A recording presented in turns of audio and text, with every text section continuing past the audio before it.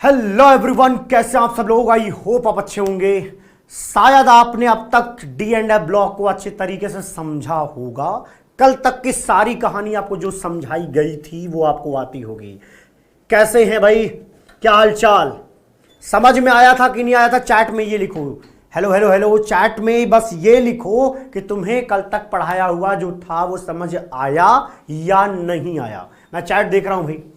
निराली, कोमल, सब लोग ये लिखो भाई। चलो बताओ पहले, समझ आया कि नहीं आया? संचित सिंह बताइए।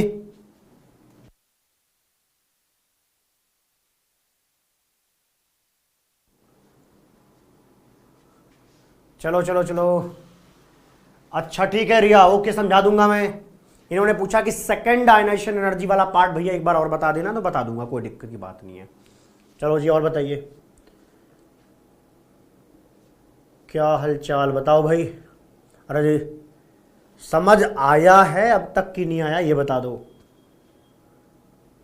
Very very great afternoon. जी जी जी, शुक्रिया, आ गया है, थैंक यू। मैं बस, रिया ने एक चीज़ पूछी है वो बताना चाहूँगा। देखो मेरे भाई, आयनाइजेशन एनर्जी का तो मतलब समझते हो कि हमारे पास मान लो एक न्यूट्रल एटम है, ये इसका नाम मैंने ए रख दिया है।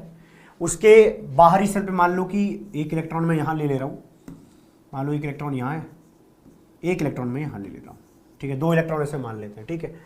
जब आप इस एटम से ये वाला इलेक्ट्रॉन निकालने के लिए इस पर एनर्जी डालते हो, इस पर एनर्जी डालते हो, और वो मिनिमम एनर्जी खा करके इलेक्ट्रॉन निकल के बाहर आ जाता है, तो बोला जाता है वो एनर्जी जो रिक्वायर्ड थी उस इलेक्ट्रॉन को निकालने के लिए, वो minimum energy first ionisation energy कहलाती है। क्योंकि अभी वो पहला इलेक्ट्रॉन निकाल रहा है, लेकिन अभी जो हमारे पास दूसरा पार्ट बना भाई, अगर ये एक एटम ए है तो उससे अगर एक इलेक्ट्रॉन निकालो तो लोगे तो क्या बनेगा? ए प्लस बनेगा। ए प्लस से ये जो इलेक्ट्रॉन दिख रहा है, ये जब आप निकालोगे इसको एनर्जी दे करके, तो आपको क्या मिलेगा? A2 प्लस मिलेगा। ये कुछ इस तरीके का मिल जाएगा, जहां पर बाहरी सेल में अगर दो इलेक्ट्रॉन यहां हुआ करते थे तो इसमें अभी इलेक्ट्रॉन नहीं दिखाएंगे, ये A2 प्लस बन जाएगा। सवाल क्या था वहां पे, जो कल मैंने बताया था कि आपको बस इस पर पूछा गया है कि कहां पर सेकेंड आयनाइजेशन एंथैल्पी ज्यादा आएगी, ये बताइए। तो सुनिएगा, कल वाली चीज को मैं समझा देता हूं। कौन सी वाली बात? कॉपर एंड जिंक वाली बात। कॉपर एंड जिंक, कॉपर से कॉपर +1 बनाएंगे तो जो एनर्जी लगेगी वो minimum energy first ionisation energy होगी, और यहां पर जो लगेगी वो सेकेंड आयनाइजेशन एनर्जी होगी, और ये जिंक प्लस बना रहा होगा। अभी जो कॉपर प्लस बना है उस पर अगर हम एनर्जी लगाएंगे, मान लीजिए सेकेंड आयनाइजेशन एनर्जी लगाते हैं, तो हमें कॉपर 2 प्लस मिल जाता है। क्या मिल जाता है? कॉपर 2 प्लस मिल जाता है। ये सेकेंड आयनाइजेशन एनर्जी है, और यहां पर हमें जिंक +2 मिल रहा है। बोलो भाई, बात सही है? हमें सिर्फ इस पर चर्चा करनी है, इस पर चर्चा करनी, हमें बाकियों पे चर्चा नहीं करनी है। तो उसके बारे में पता करने का तरीका हमारा क्या होगा? तरीका यह होगा कि पहले मेरे भैया इनका इलेक्ट्रॉनिक कॉन्फ़िगरेशन देख लो, इनका देख लोगे, वहीं से तो इलेक्ट्रॉन निकालोगे। अगर उनका इलेक्ट्रॉनिक कॉन्फ़िगरेशन स्टेबल हुआ तो जो आपका आयनाइजेशन एनर्जी है वो ज्यादा आएगी, आपको ज्यादा एफर्ट लगा के, ज्यादा एनर्जी लगा के वो इलेक्ट्रॉन निकालना पड़ रहा होगा। अब न्यूट्रल कॉपर की बात करें तो इसका होता है आर्गन, फिर लिखा जाता है 4s1, अगला लिखा जाता है 3d10। जब आप यहां से एक इलेक्ट्रॉन निकालोगे तो वो इलेक्ट्रॉन निकलेगा 4s1 से, और हमें मिल रहा होगा Ar3d10, ये मिल रहा होगा। अब जो ये मिला है उससे अगर आप एक इलेक्ट्रॉन और निकालना चाहते हो तो बोला जाएगा यहां पे सेकंड आयनाइजेशन एनर्जी लगेगी। लेकिन मेरे भैया अब की बार ये चीज तो स्टेबल है, ये क्या स्टेबल है, और किसी स्टेबल इलेक्ट्रॉनिक कॉन्फ़िगरेशन से इलेक्ट्रॉन निकालने में जहमत है, एनर्जी ज्यादा लगानी पड़ेगी, तो बोला जाएगा कि यहां पर second ionisation energy of copper ज्यादा आने वाला है। क्यों? क्योंकि इस जिंक का जब आप देखोगे तो यहां पर मिल रहा होगा S1 3d10। यहां न्यूट्रल वाले की बात करो तो कितना होता है इसका, आपको पता होना चाहिए, 4s2 3d10 होता है। इलेक्ट्रॉन निकालोगे 4s से निकलेगा, 4s1 बन जाएगा। अब सेकंड वाला तो आसानी से निकल रहा है, ये यहां से निकल रहा है 4s से। जो सेकंड इलेक्ट्रॉन है जिंक के केस में वो 4s से निकल रहा है, जो कि आसानी से निकल सकता है। सेल नंबर 4 से जा रहा है और ये सेल नंबर 3 से जा रहा है, वो भी स्टेबल है। इस वजह से second ionisation energy of copper क्या होगा? ज्यादा होगा। गा। मेरी समझ से आपको पूरी बात समझ में आ चुकी है। अब मैं आगे बढ़ता हूं। अब मैं आपको एटॉमिक रेडियस पर और चर्चा थोड़ा करवाऊंगा। यह जबरदस्त चीज सुनिएगा। किसी एटम की रेडियस को, ध्यान सुनना, किसी एटम की रेडियस को डिफाइन करने के लिए, बताने के लिए, ऑर्डर को समझाने के लिए हमारे पास दो फैक्टर होते हैं। एक तो उसका न्यूक्लियस और उस पर चार्ज जो होगा वो है न्यूक्लियर चार्ज। दूसरा है inter electronic repulsion, IER, inter electronic repulsion, inter electronic repulsion, IER, inter electronic repulsion. Okay, thank you. ठीक है जी, यहां पे बात समझ में आ गई। हमारे पास दो ही फैक्टर है, समझाता हूं कैसे। जैसे पहले समझने पर फोकस रखो। मान लो ये मेरे पास न्यूक्लियस है। अगर हमारा न्यूक्लियस पावरफुल हुआ तो वो वैलेंस इलेक्ट्रॉन को क्या करेगा, अपनी तरफ खूब खींचेगा, खूब खींचेगा, खूब खींचेगा। अगर न्यूक्लियर पावर ज्यादा है तो इलेक्ट्रॉन को खींच करके वो बहुत ज्यादा अंदर लाएगा, तो न्यूक्लियस उस बाहरी इलेक्ट्रॉन, वैलेंस इलेक्ट्रॉन के बीच की दूरी कम हो जाएगी। और अगर इनके बीच की दूरी कम हो गई तो साफ साफ मतलब जवाब आया कि भैया एटॉमिक साइज घटा पड़ा है। इसका मतलब अगर न्यूक्लियर चार्ज बढ़ेगा तो भैया जी एटॉमिक साइज क्या होगी, घट जाएगी। तो एटॉमिक साइज क्या होगी, घट जाएगी। अब आती है बात इंटर इलेक्ट्रॉनिक रिपल्सन की, तो वो मैं बताता हूं कहां होता है। वो जो इनर सेल्स होते हैं, इनर सेल के अंदर भी तो इलेक्ट्रॉन होते हैं। थोड़ा ज्यादा ही खूबसूरत गोला बना दिया मैंने, इसको प्यार से बनाएंगे थोड़ा, है ना जी। ये आ जाओ भाई, ये जो अंदर सेल दिख रहे हैं ना, जैसे सेल नंबर 1, 2 और यहां पे मान लो 3, तो 1 और 2 के बीच में जो इलेक्ट्रॉन होंगे वो इलेक्ट्रॉन्स क्या करेंगे, इस वैलेंस सेल पर बैठे हुए इलेक्ट्रॉन को रिपेल करेंगे। वो क्या करेंगे, उनको रिपेल करेंगे। सर रिपेल क्यों करेंगे, अरे क्योंकि बाहरी सेल पर जो इलेक्ट्रॉन है उस पर भी नेगेटिव चार्ज, अंदर वाले इलेक्ट्रॉन पर भी नेगेटिव चार्ज, वो क्या करेंगे, रिपल्सन करेंगे। अरे वो करीब आ रहा था, खींच तो रहा था न्यूक्लियर चार्ज, लेकिन यहां इलेक्ट्रॉन्स के बीच में रिपल्सन हुआ। तो इंटर इलेक्ट्रॉनिक रिपल्सन की वजह से ये चीज कहां जा रही है, बाहर की साइड जा रही है। मतलब न्यूक्लियस और इस वैलेंस सेल के बीच में, वैलेंस इलेक्ट्रॉन के बीच में दूरी बढ़ेगी। तो साफ मतलब है कि अगर इंटर इलेक्ट्रॉनिक रिपल्सन बढ़ेगा तो वहां पर एटॉमिक साइज क्या होगी, बढ़ जाएगी। ये फैक्टर हम पहले से जानते हैं, बस आपको यहां पे समझाया गया है। अब आइए आपके सामने कुछ प्रस्तुत करूंगा, मैं आपको डेटा दूंगा, बताऊंगा, इसके बाद आगे समझाऊंगा। आइए भैया हमारे सामने प्रस्तुत हो जाएगी। क्या लिखा है, लिखा है भैया 3D के बाद हमें क्या है ना, 3D के एटॉमिक साइज के बारे में पढ़ना समझना होता है। कल क्लास नहीं लगाई, क्या वो क्लास देख सकता है? कल वाली क्लास करना बहुत ज़रूरी था, है ना जी। आज भी आप देख सकते हो, आज वाले में मैं F ब्लॉक पे थोड़ा ज़्यादा चर्चा करूंगा, तो फिलहाल आप यहाँ पर आ जाइए। अरे D ब्लॉक पर ही ज़्यादा चर्चा करूंगा, ठीक है। तो D ब्लॉक की बेसिक बातें तो पहले ही हो चुकी हैं। 3D की बात करूं तो 3D में देखो, scandium, titanium, vanadium, scandium, titanium, scandium से टाइटेनियम जाइए, टाइटेनियम से वैनेडियम, वैनेडियम से क्रोमियम जाइए। स्कैंडियम से टाइटेनियम, टाइटेनियम से वैनेडियम, वैनेडियम से क्रोमियम जाइए। Scandium, titanium, vanadium.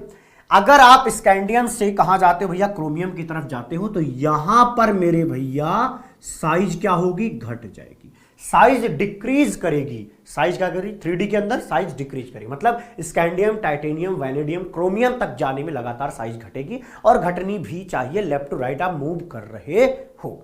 अच्छा जी, साइज घट रही है, ये लिखा मैंने, साइज डिक्रीज है, लिख देता हूं नहीं तो कहीं कंफ्यूज हो जाओ।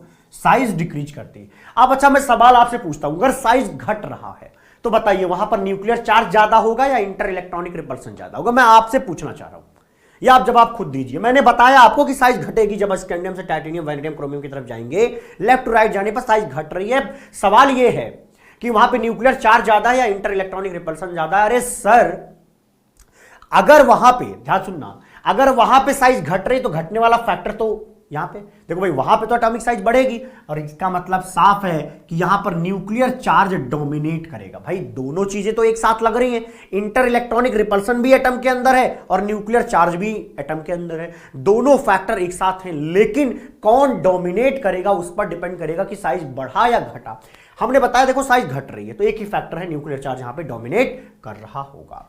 अब आ जाते हैं इसमें, अगर हम बात करें मैग्नीज से आयरन, आयरन से कोबाल्ट, कोबाल्ट से क्या होगा यहां पे, निकल। ये चारों के लिए बोले, मैग्नीज से आयरन, आयरन से कोबाल्ट, कोबाल्ट से निकल का जब हम देखते हैं तो हमें यह दिखता है कि हमारा जो एटॉमिक साइज है वो नियरली कांस्टेंट हो जाता है। जो हमारा एटॉमिक साइज है वो नियरली कांस्टेंट हो जाता है। और सोचो कांस्टेंट होने के पीछे क्या रीजन होगा, यही दो फैक्टर है, वो दोनों फैक्टर बराबर हो गए होंगे, इस वजह से ऐसा हो रहा है। मतलब कि न्यूक्लियर चार्ज करीब करीब बराबर हो गया इंटर इलेक्ट्रॉनिक रिपल्सन के।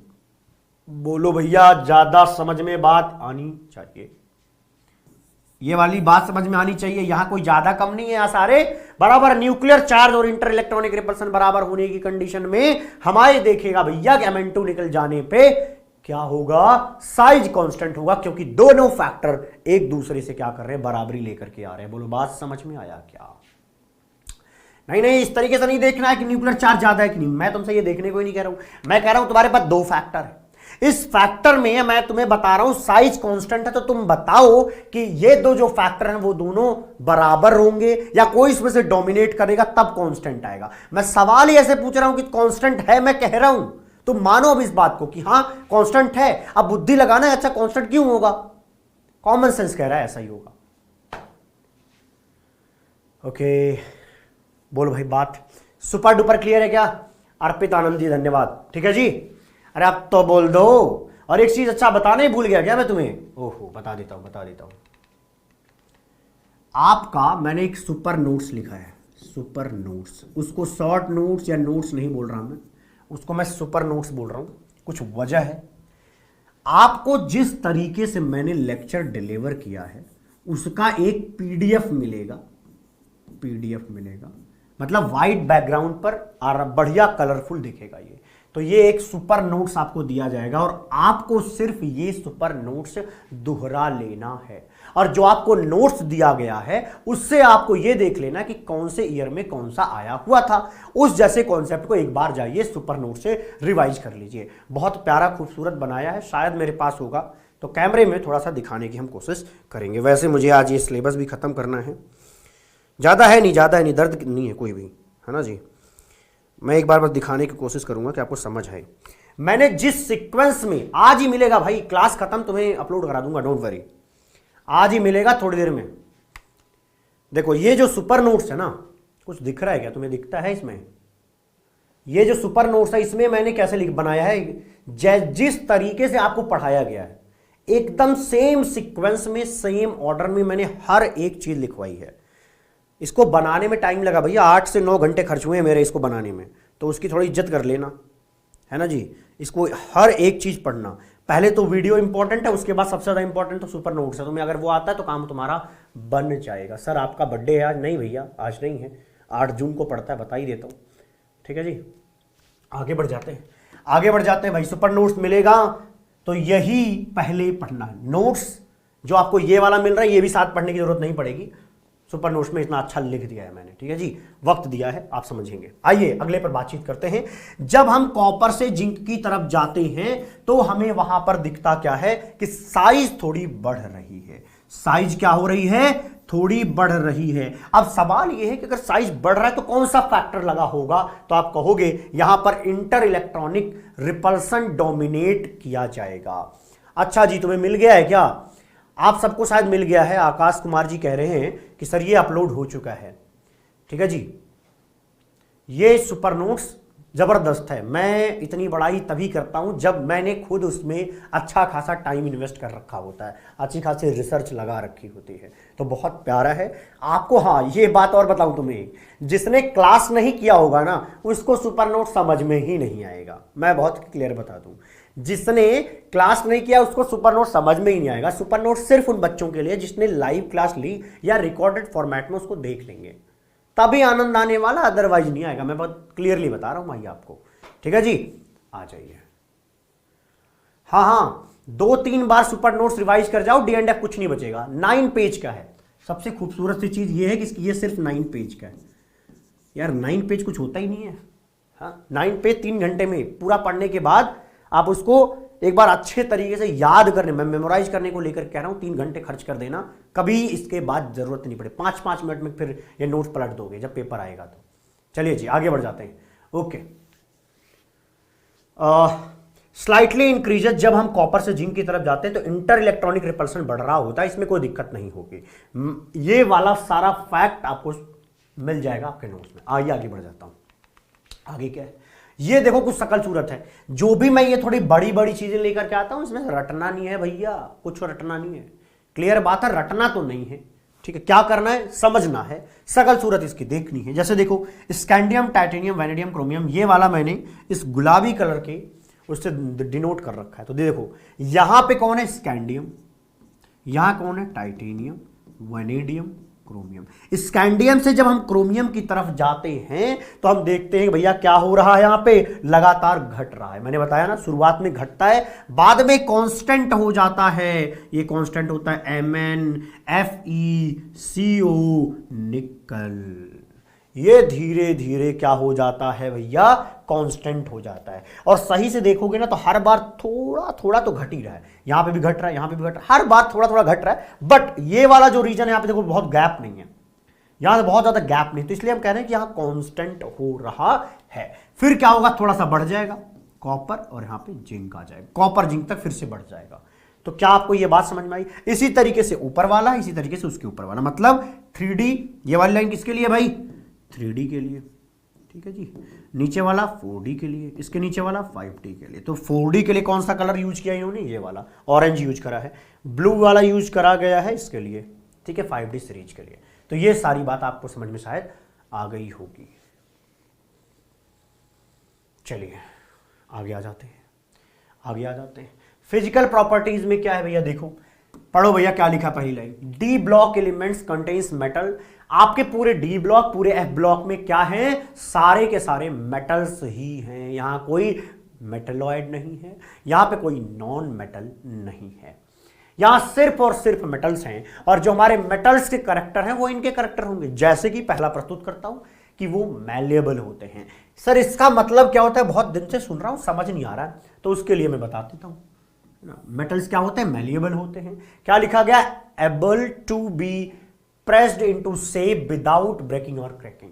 आपके पास अगर मेटल का क्लस्टर है तो उसको आप किसी और शेप में आराम से ढाल सकते हो बिना टूटे हुए। समझ बात आ रही है? अगर वो एक नया शेप बना पा रहा, शेप ले रहा है, कोई चीज बन पा रही है उससे, तो बोला जाएगा कि आपका मेटल भैया मैलिएबल है। मतलब पीट पीट के उसको ठीक किया जा सकता है, कोई चीज बनाई जा सकती है। अगला क्या है, सोनोरस होता है। मतलब क्या होता है कि जैसे आप ले लो, क्या घर में आपके प्रेजेंट होगा, कोई बर्तन ले लो, जैसे बर्तन आप एल्युमिनियम का ले लो, वो तो चलो आपका हो जाता है पी ब्लॉक से। अगर मैं आयरन का कोई चीज ले लेता हूं, उस पर आप किसी चीज से मारोगे, आयरन को आयरन से ही मारो मान लो, तो क्या होगा, वहां से आवाज निकलेगी ना भाई।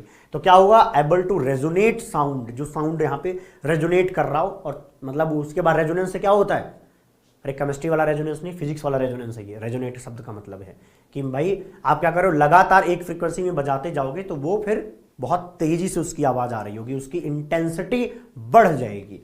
अच्छा जी, डक्टाइल होते हैं हमारे मेटल्स। डक्टाइल का मतलब क्या होता है कि भैया देख लो, पढ़ लो एक बार, able to be deformed without losing toughness. अपने टफनेस को खोए बिना वो डिफॉर्म किए जा सकते हैं, है ना जी। डक्टाइल का मतलब क्या हुआ, जैसे तार बनाना हुआ, तार समझते हो ना, वायर्स बनती हैं, तो वो नेचर क्या है, डक्टाइल नेचर आता है। अच्छा जी भैया, कोऑर्डिनेशन का भी सुपर नोट्स प्लीज। नहीं जी रिया जी, आपके पास शॉर्ट नोट्स है, वही सुपर नोट्स है उसका। अरे शॉर्ट नोट्स का मतलब उसको भी मैंने 5-6 पेज का, 7-6 पेज का बनवाया हुआ है, तो वो तो ऑलरेडी बहुत बढ़िया है यार। उसको ध्यान से पढ़ोगे तो हमारा काम हो जाएगा, है ना जी। आप आइए, ये देखो चमकदार होते हैं मेटल्स, इसमें कोई बड़ी बात नहीं है। और बहुत सारे मेटल्स ऐसे होंगे, अगर तो आप उसको एयर में रख देते हो या मॉइस्चर में रख दोगे तो वो क्या हो जाएंगे, अपनी खूबसूरती वो लोग खो देंगे भैया। ठीक है जी, इतनी सी बात है।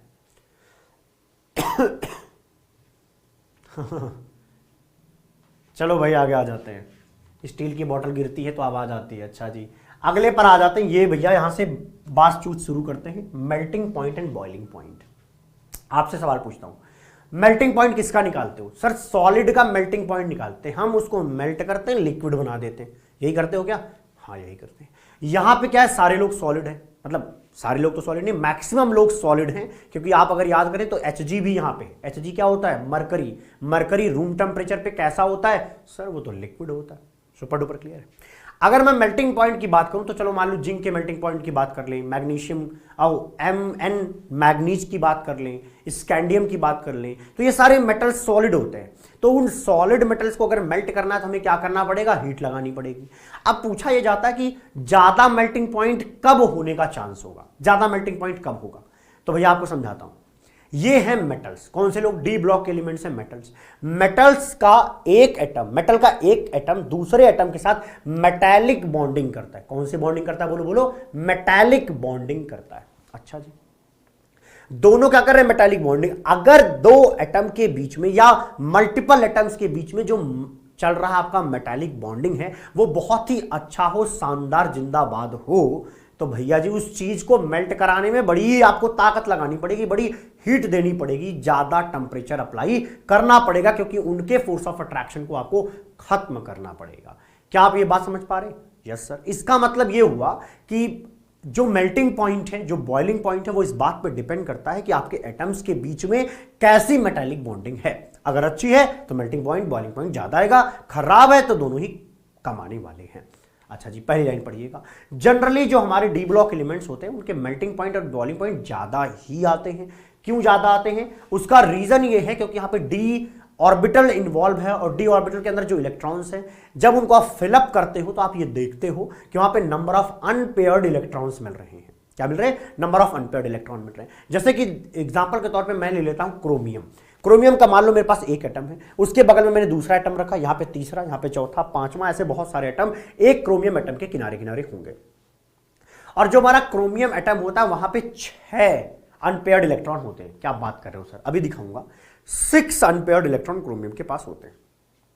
तो ये जो 6 अनपेयर्ड इलेक्ट्रॉन्स हैं वो बगल वाले 6 अनपेयर्ड इलेक्ट्रॉन से इंटरैक्ट करते हैं। ये इससे भी इंटरैक्ट करते हैं, इससे भी इंटरैक्ट करते हैं, इससे भी इंटरैक्ट करते हैं। मतलब कि आपके मेटल के पास जितना ज्यादा अनपेयर्ड इलेक्ट्रॉन्स होंगे उतने अच्छे तरीके से वो मेटालिक बॉन्डिंग कर रहा होगा। अब आ जाइए, नंबर ऑफ अनपेयर्ड इलेक्ट्रॉन्स अगर हम ज्यादा रखेंगे, जैसा कि क्रोमियम के केस में दिखता है, तो वहां पर मेटालिक बॉन्डिंग क्या होगी, ज्यादा मिलेगी। और अगर मेटालिक बॉन्डिंग ज्यादा है तो मेल्टिंग पॉइंट और बॉइलिंग पॉइंट भी आपको ज्यादा मिल रहा होगा। बोलो भाई, जो नोट्स में लिखी है उससे लर्न करनी है। हाँ ऑब्वियसली पढ़ना यार, वर्नर थ्योरी तो पढ़ना ही है आपको। जो नोट्स में दिया है उससे भी समझ लीजिए, प्राइमरी सेकेंडरी इनसे पढ़ के समझ लीजिए, वो भी आपको सुपर नोट दिया गया है। ठीक है जी, आ जाइए नेक्स्ट देख लेते हैं। अब ये बात तो आपको समझा दी मैंने कि क्या है। अब मैं थोड़ी कहानियां सुनाता हूँ भैया जी, यहाँ पे सुनना भाई ध्यान से। जैसे मेरे पास स्कैंडियम है, स्कैंडियम का इलेक्ट्रॉनिक कन्फिग्रेशन लिखोगे तो लिखेंगे Ar4s2 3d1। अब मैं आपसे पूछूं यार, स्कैंडियम के पास नंबर ऑफ अनपेयर्ड इलेक्ट्रॉन्स कितने हैं, क्या बताओगे? इस स्कैंडियम के पास कितने अनपेयर्ड इलेक्ट्रॉन है, कहां से निकालोगे भैया? ये Ar मतलब क्या है? आर्गन के अंदर तो सारे पेयर्ड है। 4s2 में 2 इलेक्ट्रॉन है, ये भी पेयर्ड है। यही एक है जो अनपेयर्ड है, तो यहां पर स्कैंडियम के अंदर एक अनपेयर्ड इलेक्ट्रॉन आता है। स्कैंडियम के बाद मान लो मैंने ले लिया टाइटेनियम। टाइटेनियम में कितना आएगा? आप लिखोगे Ar, फिर लिखोगे 4s2, फिर लिखोगे 3d2। इसका मतलब क्या हुआ कि आपके पास d2 है तो 2 इलेक्ट्रॉन क्या हो जाएंगे? 2 इलेक्ट्रॉन क्या हो जाएंगे? अनपेयर्ड इलेक्ट्रॉन बन जाएंगे आपके। Scandium, titanium. अब आ जाते हैं वैनेडियम पे। इसी तरीके से आप जब निकालोगे वैनेडियम का, तो वैनेडियम के केस में आपको 3 मिल जाएंगे। क्या 3 मिल जाएंगे आपको? Number of unpaired electron.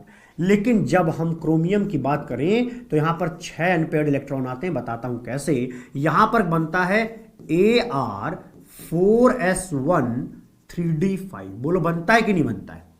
Super duper clear हो? यह आपको बनता है। अच्छा जी, बना के चेक करो। Ar में तो भैया सारे पेयर्ड है, इसमें तो कोई दिक्कत नहीं। 4s1 में देखो, मान लो 4s1 है तो 1 इलेक्ट्रॉन। d5 है भाई, d5 मतलब कुछ ऐसा, d5 मतलब कुछ ऐसा। अब आप इलेक्ट्रॉन भरो भाई, 5 है हमारे पास, 1 2 3 4 5। अब देख रहे हो s के अंदर 1 इलेक्ट्रॉन एक ऑर्बिटल में, 5 ऑर्बिटल यहां थे, पांचों में एक एक है। तो मतलब क्या हुआ कि यहां पे हमारे पास 6 अनपेयर्ड इलेक्ट्रॉन हो रहे हैं। 6 अनपेयर्ड इलेक्ट्रॉन हो रहे हैं, 6 अनपेयर्ड इलेक्ट्रॉन्स हो रहे हैं। क्या आप सुपर डुपर क्लियर हैं? क्या आप सुपर डुपर क्लियर हैं कि यहां पे 6 अनपेयर्ड इलेक्ट्रॉन्स आएंगे? बोलो भाई, कोई दिक्कत तो नहीं है। तो स्कैंडियम से ध्यान से सुनो, अब स्कैंडियम, टाइटेनियम, वैनेडियम, क्रोमियम, जैसे जैसे आप स्कैंडियम से क्रोमियम की तरफ जाएंगे नंबर ऑफ अनपेयर्ड इलेक्ट्रॉन बढ़ते जाएंगे। अगर नंबर ऑफ अनपेयर्ड इलेक्ट्रॉन बढ़ते जाएंगे तो वहां पर मेटालिक बॉन्डिंग बढ़ती जाएगी और वहां पर मेल्टिंग एंड बॉइलिंग पॉइंट भी आपको बढ़ता हुआ नजर आएगा। या आगे बढ़ जाते हैं, आगे बढ़ जाते हैं भाई। Involvement of greater number of electrons from n-1d in addition to the ns electron in the interatomic metallic bonding। समझाता हूं ना तो दर्द कर देगा, ये पता नहीं क्या लिखा रहता है ना, समझाता हूं। देखो n-1d इलेक्ट्रॉन्स कौन से हैं, ये वाले। n-1d मतलब 3d जैसे ले लो। अरे अगर 4s है तो अब भाई भाई भाई समझो, ये मान लो आपको, देखो यहां पे लिखा है टू द ns इलेक्ट्रॉन्स। समझ जाता हूं, हमारे पास क्या है, ns इलेक्ट्रॉन्स हैं, साथ साथ n-1d इलेक्ट्रॉन्स भी हैं। मतलब जैसे एग्जांपल के तौर पे यहां पे ले लो 4s वाला इलेक्ट्रॉन, तो 4 में से एक घटा दो तो 3d वाले इलेक्ट्रॉन। ये दोनों की एनर्जी क्या होती है, करीब करीब सेम होती है। इसलिए हम दोनों के नंबर ऑफ अनपेयर्ड इलेक्ट्रॉन को, इन दोनों को कंसीडर कर रहे हैं जब हम नंबर ऑफ अनपेयर्ड इलेक्ट्रॉन को निकालना चाहते हैं। तो बोलो भाई सुपर डुपर क्लियर है? किसी को कोई समस्या परेशानी तो नहीं आ रही है? नहीं आनी चाहिए। तो ये है रीजन मेरे भाई, है ना, इसीलिए ग्रेटर नंबर ऑफ इलेक्ट्रॉन्स आपको मिल रहे हैं। स्कैंडियम, चलो क्रोमियम के बाद की बात करते हैं। क्रोमियम के बाद कौन आता है, बोलो मैग्नीज। बताओ मैग्नीज में कितने अनपेयर्ड इलेक्ट्रॉन होंगे?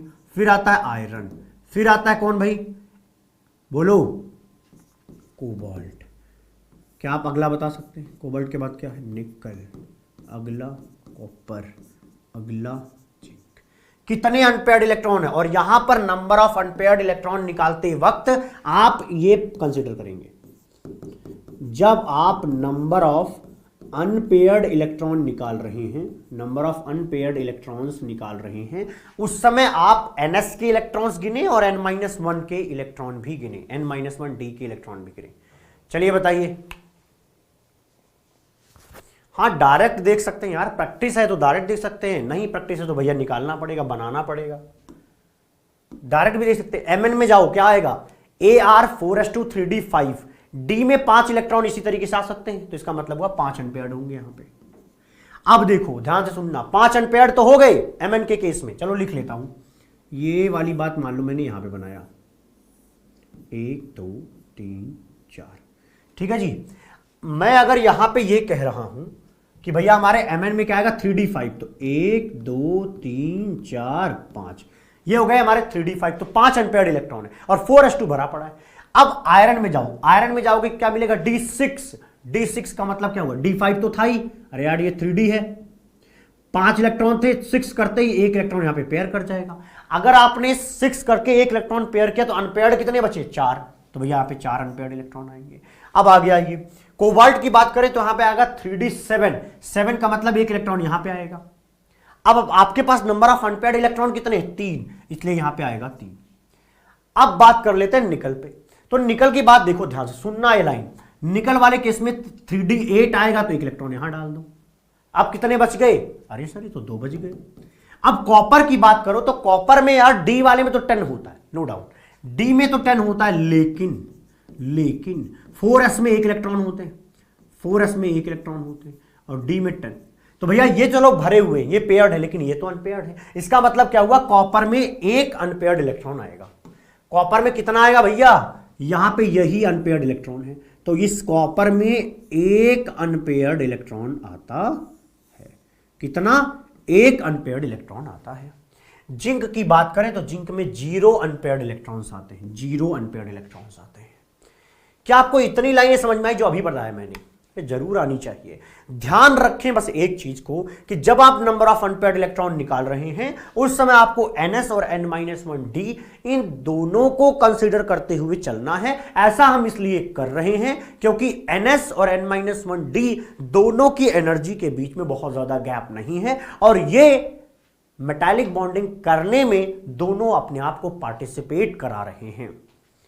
क्या आपको समझ में आया, क्या आपको समझ में आया, क्या आना चाहिए। अब अगली लाइन सुनो, अगर मैं आयरन से कोबाल्ट की तरफ जाऊं तो नंबर ऑफ अनपेयर्ड इलेक्ट्रॉन घटे, मतलब मेटालिक बॉन्डिंग घटी। अगर मेटालिक बॉन्डिंग घटी इसका मतलब मेल्टिंग पॉइंट घटा। कोबाल्ट से निकल जाओगे नंबर ऑफ अनपेयर्ड घटेगा, कॉपर में जाओगे और घटेगा, जिंक में तो अनपेयर्ड इलेक्ट्रॉन ही नहीं है, मतलब इसका मतलब हुआ एक जिंक का एटम दूसरे जिंक के एटम के साथ बहुत अच्छा मेटालिक बॉन्डिंग नहीं करता, क्योंकि वो पहले से ही स्टेबल इलेक्ट्रॉनिक कॉन्फ़िगरेशन गेन करके बैठा है, तो अपने इलेक्ट्रॉन को दूसरे जिंक के साथ शेयर नहीं कर रहा होता है। तो जिंक के केस में अच्छी मेटालिक बॉन्डिंग हमें नहीं मिलती, और यही वो वजह है जिसकी वजह से ये लो मेल्टिंग पॉइंट रखते हैं through out the 3D series. बोलो भाई बात समझ में आया क्या? बोलो भाई फुल आनंद आया क्या? आनंद आ चुका होगा। आ जाते हैं नेक्स्ट पे, आ जाते हैं नेक्स्ट पे। नेक्स्ट क्या है? Because of stronger inter atomic bonding transition element have high melting point. ये कोई बड़ी बात नहीं है, हमने पढ़ा दिया। हाँ ये देखिएगा, chromium has highest melting point, highest melting point. The reason is 6 unpaired electrons, 6 unpaired electrons, 6 unpaired electrons की मौजूदगी की वजह से ये क्रोमियम हमारा हाईएस्ट मेल्टिंग पॉइंट रख रहा होता है। बोलो सुपर डुपर क्लियर है? मजा आ गया? ओके जी, धन्यवाद। वैसे ये जो हमारा डी एंड एफ ब्लॉक होता है, ये समझ लो कि सबसे, मुझे भी ऐसा लगता है, और जब मैं पढ़ता था तब तो बहुत ही मतलब ऐसा लगता था कि क्यों बनाया इस चैप्टर को, इस तरीके की फीलिंग आती थी, है ना, क्योंकि हमारे मास्टर लोग इतनी मेहनत करते ही नहीं थे। हमारे मास्टर्स अलग ही दुनिया में जीते थे। ये सब कुछ लिख के कुछ नहीं पढ़ाया उन्होंने भैया दे दिया एक मतलब एक पेज, मान लो प्रिंट है, करीब 20 पेज का एक नोट्स दे दिया, वो भी हाथ से लिखा हुआ कि भाई इसको पढ़ जाना, तुम्हारा काम हो गया, कर्मकांड खत्म, फिनिश्ड। आकर के बता गए कि इसको इसमें देखो इस तरीके से इलेक्ट्रॉनिक लिखते हैं, इसका ऑक्सीडेशन स्टेट ये खत्म, इसी में खत्म। 2 चीज़ बताई थी, कुछ नहीं बताया उन्होंने। बोला सब रटना है, ये सब रटना है एक तरफ से, बोला सब रटना है, इसमें कुछ तो समझना ही नहीं है। भैया देख लो, मुझे लगता कि इसमें कुछ ऐसा रटना भी है, कॉमन सेंस के आधार पे आधा काम हो जाता है। आ जाइए, अब आइए, सवाल पढ़िए क्या लिखा है। Which group element has highest melting point? पहली बात तो डी ब्लॉक के एलिमेंट्स वैसे ही फेमस हैं ज्यादा मेल्टिंग पॉइंट रखने के लिए। क्यों? क्योंकि वहां पर डी ऑर्बिटल्स मौजूद हैं, और डी ऑर्बिटल्स में अनपेयर्ड इलेक्ट्रॉन्स ज्यादा होंगे, तो मेरे भैया वहां पर अच्छी मेटालिक बॉन्डिंग होगी, अच्छी मेटालिक बॉन्डिंग होगी तो निश्चित रूप से वहां पर आपको मेल्टिंग पॉइंट क्या होगा, ज्यादा मिल रहा होगा। लेकिन सवाल यह है कि ये बताइए इन सब में सबसे ज्यादा किस फैमिली किस ग्रुप का होता है, किस ग्रुप का होता है? आप कहोगे सर अभी तो आप कह रहे थे क्रोमियम का सबसे ज्यादा, तो चलिए पता कर लेते हैं कि क्रोमियम किस ग्रुप का होता है। क्या आपको पता है क्रोमियम किस ग्रुप में आएगा? क्या आपको ये बात का अंदाजा है कि क्रोमियम किस ग्रुप में आएगा? बोलो भाई।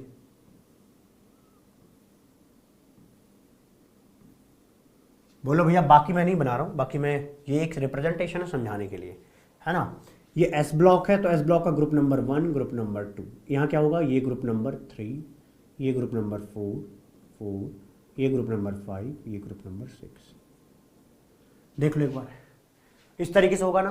तो क्रोमियम कहाँ आएगा? ये तो D1, D2, D3, इसके बाद अगर मतलब चौथे नंबर पे आएगा ना तो यहाँ आएगा 6th, मतलब 6th ग्रुप में ज्यादा आएगा। तो देख लो इसका आंसर क्या है। इसका आंसर भैया ग्रुप नंबर 6।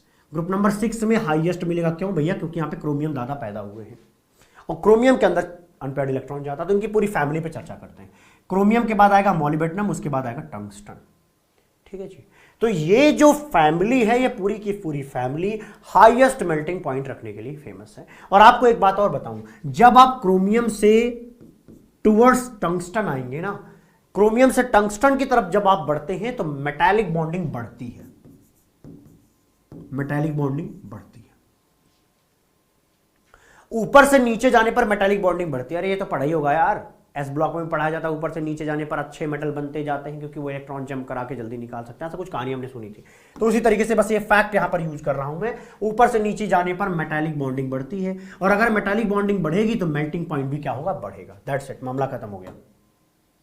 ऊपर से नीचे जाएंगे, मेटालिक बॉन्डिंग बढ़ेगी, मेल्टिंग पॉइंट भी बढ़ता जाएगा। ये रहा सबसे शानदार बात। इसका मतलब क्या मैं ये कह दूं, क्या मैं ये कह दूं कि ये हमारा जो W है, टंगस्टन है, ये सबसे ज्यादा मेल्टिंग पॉइंट रखता है, ये सबसे ज्यादा मेल्टिंग पॉइंट रखता है। इस फैमिली में तो रख ही रहा है ना, एटलीस्ट पूरे में तो यही फैमिली ऊपर थी सबसे, और उसमें भी W का सबसे ज्यादा आ रहा है। और इसी वजह से इस टंगस्टन को आपके घर में जो बल्ब लटका हुआ दिखे, उसमें जो तार होती है ना, जो जलती है, जो फिलामेंट होता है, जो चमकता है, वो भैया इसी टंगस्टन का बनाया जाता है। क्योंकि वो जलेगा और जलने पे भैया हीट को क्या कर रहा है, हीट पे ही तो जल रहा होगा। अगर कम मेल्टिंग पॉइंट होगा तो गल के खत्म हो जाएगा, लेकिन ज्यादा मेल्टिंग पॉइंट है, इसी वजह से वो लगातार सालों सालों वो चलता रहता है। ठीक है जी, ओके। मेरी समझ से कोई दिक्कत नहीं होगी, ये लाइन में तो कोई समस्या नहीं। ये पढ़िए, ये मैंने याद करा दिया, नोट पॉइंट। क्या है note point? Due to high melting point tungsten W, tungsten W, ये डब्ल्यू याद आ रहा है कहीं, किसी मूवी में था ना जहां इसके नीचे बहुत पैसा है भाई। Tungsten is used in bulb filament. ये भाई साहब कहां यूज किए जाते हैं? बल्ब फिलामेंट में यूज किए जाते हैं। क्या आपको ये लाइन याद हुई है क्या? क्या आपको ये लाइन याद हुई है क्या? बोलो भैया, बोलो भैया, क्या आपको ये बात याद हुई है? शायद याद हुई होगी, कोई समस्या परेशानी नहीं होगी। ठीक है जी, अब आगे आ जाते हैं। Trends in melting point. Okay, thank you Riya, thank you. आगे देखिएगा, ट्रेंड्स इन मेल्टिंग पॉइंट। अब इसको जब देखोगे ना, तो ये भाई साहब कुछ बेजोड़ सुंदर बने हुए हैं। मतलब उन्होंने अपनी दुनिया ऐसी बना रखी है कि कोई देख के इसको पहचान नहीं सकता ये क्या शकल सूरत है। ये आपके उसमें दे रखा है एनसीईआरटी में, है ना। इससे कुछ नहीं याद होगा, जो तुम्हें समझाऊंगा उससे सब कुछ याद होगा, देखते रहो तुम। ये भाई साहब एनसीईआरटी लिखी क्यों है ये समझ में नहीं आता। एनसीईआरटी जस्ट एक फैक्ट को बताने के लिए लिखा गया है। एनसीईआरटी में कहीं समझाने के लिए कुछ है ही नहीं, समझाने का वे ही नहीं है ना। उनकी लैंग्वेज में कुछ ऐसा निचोड़ है। मैं भी सोच रहा हूँ भविष्य में एक बुक लिख दूँ कि बेटर देन एनसीईआरटी करके कुछ, ताकि उनको भी पता चले एक बढ़िया बुक है ना जी। यहाँ पर आइए, यहाँ देखते हैं 3D की बात करें तो देखिएगा, टाइटेनियम से लेके क्रोमियम, क्रोमियम से मैग्नीज, फिर आयरन होते हुए आप कहाँ तक जा रहे हो? कॉपर तक जा रहे हो। फिर इसके बाद आएगा 4D, इसके बाद 5D। अच्छा, ऐसा क्यों हो रहा है भाई? ऐसा क्यों हो रहा है कि 3D सीरीज जो है नीचे है, 4D सीरीज भैया उसके ऊपर है, 5D सीरीज उसके ऊपर है। बता सकता है कोई? भाई 3D नीचे, 4D ऊपर है, 5D ऊपर है। इसका मतलब जानते हो क्या हुआ? इसका मतलब ये हुआ कि भैया तुम मेल्टिंग पॉइंट बढ़ा रहे हो जब ऊपर से नीचे जा रहे हो। सही बोल रहा हूँ क्या? अरे सर, सभी तो बताया था मेल्टिंग, वो मेटालिक बॉन्डिंग बढ़ जाता है। अगर मेटालिक बॉन्डिंग बढ़ जाएगा तो निश्चित रूप से उसका मेल्टिंग पॉइंट ज्यादा आएगा। और इसीलिए देख रहे हो ये टंगस्टन मुंडी अपनी ऊपर करके इस पूरे ग्राफ में सबसे खोपड़ी पे बैठा हुआ है, कि ये बता रहा है भाई सबसे ज्यादा मेल्टिंग पॉइंट मेरा ही है। ध्यान रख लो, मेरे कोई बल्ब फिलामेंट में डाल सकते हो, बाकी तो नालायक लोग हैं, उनको नीचे रखो। ठीक है भाई। और यहाँ पे देखो उसी फैमिली का मॉलिब्डेनम है, ये भी राजा आदमी है। इधर देखो क्रोमियम, वो भी राजा आदमी। ठीक है जी। अब आइए, अब असली कहानी समझाता हूँ। ये समझ में आ चुका होगा, मुझे नहीं लगता किसी को दिक्कत होती है इसमें। ये पढ़ना आना चाहिए, 2-4 लाइन होती है इसमें, वो पढ़ना आना चाहिए। अब आपके सामने एक दूसरा ग्राफ लाते हैं, क्योंकि ये यार बहुत खतरनाक चीज है। इधर आइए, ये देखियो मेल्टिंग पॉइंट और एटॉमिक नंबर में मैं कुछ रिलेशन लेकर के आया हूं, वो समझना। मैं कह रहा हूं कि देखो, मैं चलना शुरू करूंगा स्कैंडियम से, तो scandium, titanium, vanadium, chromium. Chromium मान लो यहां पे। तो जब आप स्कैंडियम से क्रोमियम की तरफ जाते हो, नंबर ऑफ अनपेयर्ड इलेक्ट्रॉन बढ़ते हैं, और नंबर ऑफ अनपेयर्ड इलेक्ट्रॉन बढ़ने की वजह से मेल्टिंग पॉइंट वहां पे ज्यादा आता है। अब सुनो, क्रोमियम से जब हम Mn की तरफ आते हैं तो मेल्टिंग पॉइंट घट जाता है। अब मन में सवाल उठता है, यार ये क्रोमियम से मैग्नीज जाने में आखिरकार घटा क्यों घटा होगा? तो इसका जवाब देखो, यहां पर 6 अनपेयर्ड इलेक्ट्रॉन है और यहां मैंने निकाला था 5 अनपेयर्ड इलेक्ट्रॉन है। तो यहां पर अनपेयर्ड इलेक्ट्रॉन घटने की वजह से ये ड्रॉप हमें नजर आता है। इतनी बात तो समझ में आ रही है? बोलो भाई, बोलो भैया, समझ में आ रही है क्या? Vivek Kumar ji, how are you sir? अरे सब बढ़िया यार, जिंदगी ठीक चल रही है, कोई दिक्कत की बात नहीं। आप हमारे सामने हैं, आपको हम पढ़ा पा रहे हैं, निश्चित रूप से हम स्वस्थ हैं, ठीक ठाक है, सही चल रहा है। आइएगा आगे बढ़ते हैं। यहां तक का एक्सप्लेनेशन तो मजा आता है। खतरनाक बात तो यहां पे है कि Mn से Fe जाने में, Mn से Fe जाने में क्या होता है कि भैया यहां पे 5 अनपेयर्ड है, जबकि यहां पे 4 अनपेयर्ड है। तो ये फालतू सी बात कभी पूछा भी तुमसे नहीं जाएगा, है ना, लेकिन मैं बता देता हूं कंफ्यूजन में, ताकि मत जीना। यहां पे एक ड्रॉप सा आता है, याद रखना। जब आप इस वाले सीरीज में जाते हो तो पहले ये सीधा जाता है, फिर नीचे जाता है Mn में, फिर सीधा जाके नीचे जाने लग जाता है। तो Mn से आप जब ऐसे आएंगे तो यहां पर आएगा, यहां पे कॉपर, और यहां पे आएगा जिंक। यहां कॉपर, यहां जिंक, इस तरीके से आयरन से होते हुए जिंक तक में घटता जाता लगातार घटता हुआ दिखेगा, यहां लगातार बढ़ता हुआ दिखेगा, और इसको रट्टा नहीं मारना है। जितना आपको बताया गया सिर्फ उन्हीं पर बेस्ड क्वेश्चंस आते हैं। अब मैं एक सवाल पूछ रहा हूं, जितनी लाइनें मैं बोलता हूं ना वो सब कुछ सुनना ध्यान से। मैं क्या कहना चाह रहा हूं, मैं ये कहना चाह रहा हूं यार, ये Mn और यहां पर है Zn, ये दोनों के मेल्टिंग पॉइंट बड़े कम आते हैं। Mn और Zn के मेल्टिंग पॉइंट कम क्यों आते हैं? आखिरकार Fe से नीचे Mn क्यों है, जबकि इस Mn के पास 5 अनपेयर्ड इलेक्ट्रॉन है? इतना ज्यादा ड्रॉप कैसे कर गया? अरे भाई ये जा रहा था तो थोड़ा सा ड्रॉप कर लेता चलता, ये तो भैया मजे सा ड्रॉप करके नीचे आ गए। ऐसा क्यों हुआ? क्या रीजन है कि Mn और Zn के मेल्टिंग पॉइंट लो आते हैं? अब मैं आपको यहां समझाता हूं।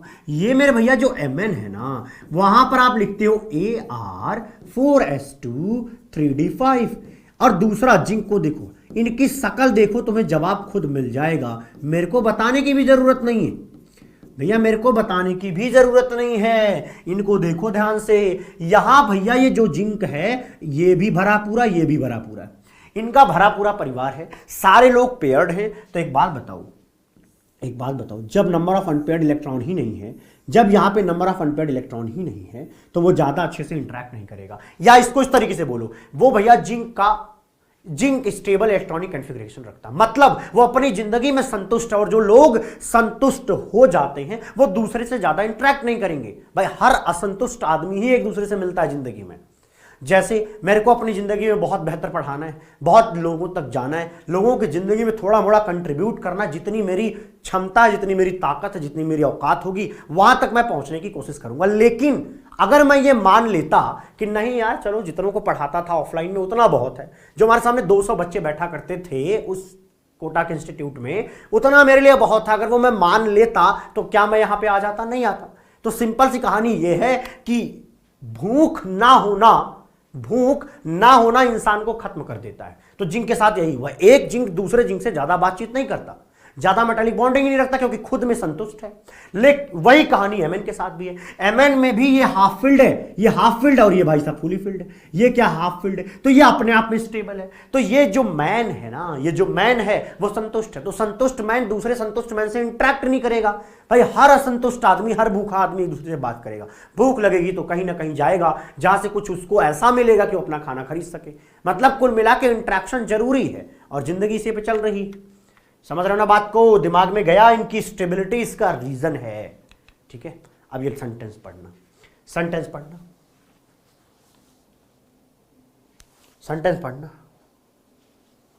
पढ़ो क्या लिखा है। As Mn and Zn has less stable configuration, so they would not like to lose electron for delocalization। देखो मेटालिक बॉन्डिंग में आपको पढ़ाया जाता है कि उनके जो लूजली बाउंड वैलेंस इलेक्ट्रॉन होते हैं किसी मेटल के, वो निकल करके बाहर आ जाते हैं, और उन्हीं के बीच में कौन सेट हो जाते हैं? मेटल के कर्नल्स सेट हो जाते हैं। कर्नल्स मतलब जहां से इलेक्ट्रॉन निकले होते हैं, जो चीज बचता है मेटल का, वो वाला पार्ट कर्नल बोला जाता है, KERNEL। ठीक है जी, क्या आपको बात समझ में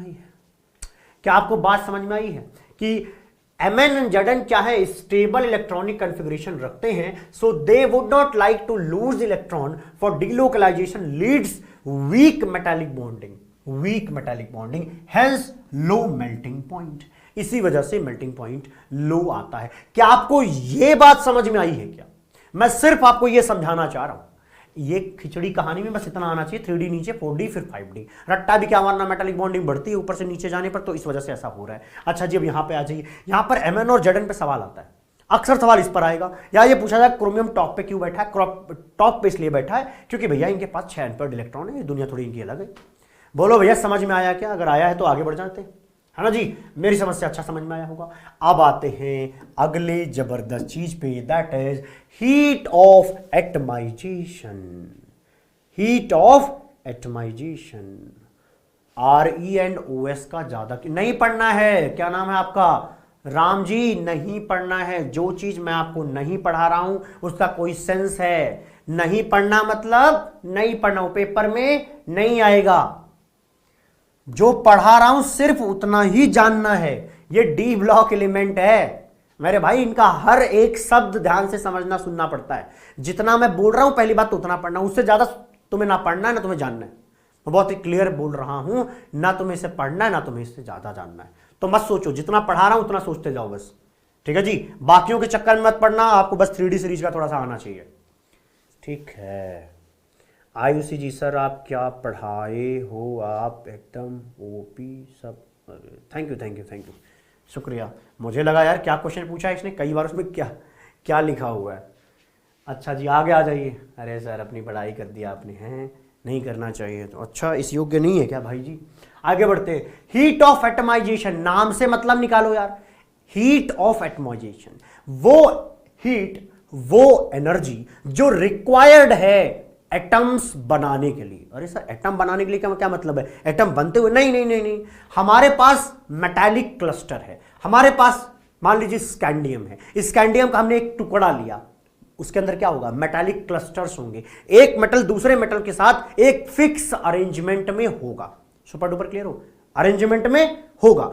तो वो जो मेटालिक क्लस्टर मिला, उस मेटालिक क्लस्टर पर इतनी एनर्जी डाल दी जाए कि वो सारे एटम अलग हो जाए, मेटल के सारे एटम अलग अलग हो जाएं। और जब ऐसा हो जाए तो आप ये देखो कि किस मिनिमम एनर्जी पर यह कार्यक्रम हुआ है, उस मिनिमम एनर्जी को हीट ऑफ एटमाइजेशन कहते हैं। Super duper clear light. पढ़िए क्या लिखा है, पढ़िए भैया क्या लिखा है। The energy required to break 1 mole of metal lattice, 1 mole of metal lattice into neutral metal atom. बोलो भाई बात सही है? देखो एक,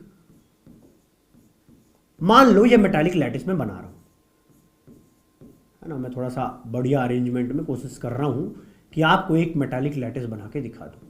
मान लीजिए ये मेटालिक लैटिस है, इस मेटालिक लैटिस में कोई ये जो आपको ये दिख रहा है स्फेयर टाइप बनाया मैंने, ये कोई मेटल होगा। अब मैं क्या कर रहा हूं, इसके ऊपर हीट लगा रहा हूं, एनर्जी लगा रहा हूं।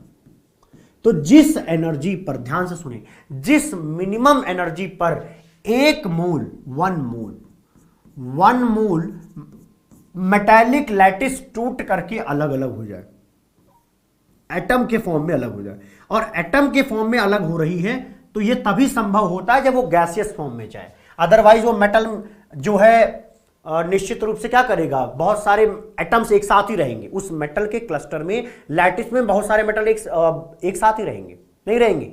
ऑब्वियसली रहेंगे, है ना। केवल और केवल इकलौती कंडीशन है कि इस सॉलिड को तुम गैस में ले जाओ। जब तुम गैस में ले जाओगे तभी उनके एटम एक दूसरे से दूर दूर होंगे, क्योंकि गैसियस फेज में एक एटम और दूसरे एटम के बीच में अच्छा खासा दूरी होगा, है ना जी। डी एंड एफ ब्लॉक निश्चित रूप से थोड़ी सी बोरिंग है तेजपाल जी, कोशिश कर रहा हूं कि मैं इसको इंटरेस्टिंग बना सकूं, है ना, आप तक पहुंचे, दिल दिमाग तक वो स्ट्राइक करे सीधा, ठीक है जी। निश्चित रूप मैं खुद मानता हूं कि बोरिंग है, मतलब मेरे टीचर ने जैसा पढ़ाया था विश्वास मानिए वैसा पढ़ लेते तुम, तो तुम शायद चैट में भी कुछ लिख के जाते हमें, है ना। मतलब उन्होंने कुछ पढ़ाया ही नहीं था, वो दिन हम याद भी नहीं करना चाहते। हाँ शुक्र मनाते हैं, वो बताया था मैंने आपको कि आगे एक हमारे आईआईटी के प्रोफेसर ने थोड़ा दिमाग खोलने में हमारी हेल्प कर दी उन्होंने, हमारी क्या मतलब हमारी पूरे बैच की, है ना। ऐसा नहीं है कि मेरा पूरा बैच टीचिंग कर रहा है, बट हाँ जो कर रहा होगा उसको फायदा जरूर मिला है। चलिए जी दोबारा बता दूं, ओके। ये मान लो हमारे पास 1 मोल मेटल का लैटिस है, ऐसा कुछ हमारे पास बना हुआ था, हमने एनर्जी सप्लाई करी और वो मिनिमम एनर्जी खाता है, कुछ मान लो मिनिमम एनर्जी खाता है। वो खाने के बाद अपने जितने भी एटम्स थे 1 2 3 4 5 6 7 8, वो 8 के 8 एटम्स अलग अलग हो जाते हैं। एक एटम से दूसरे एटम से कोई प्यार मोहब्बत कोई लेना देना नहीं रह जाता, और ऐसा तब हो पाता है जब ये गैसियस फेज में चला जाए। तो इस सॉलिड से गैसियस फेज में जा तो रहा है, बट इनके एटम क्या हो रहे हैं, एकदम अलग अलग होते जा रहे हैं, ठीक है जी।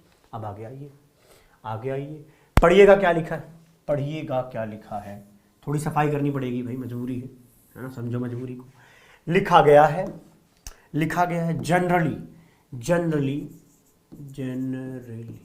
जब केमिस्ट्री का टीचर कहीं फंसता है तो वो इस शब्द का बहुत बहुत घोर उपयोग करेगा। ये बात बहुत क्लियर बता रहा हूं, जब वो कहीं फंसने वाला है आगे, उससे पहले वो ये शब्द जरूर लिख देगा कि भैया जनरली, क्योंकि मजबूरी है डेटा वाइज चलता है ना सब चीज।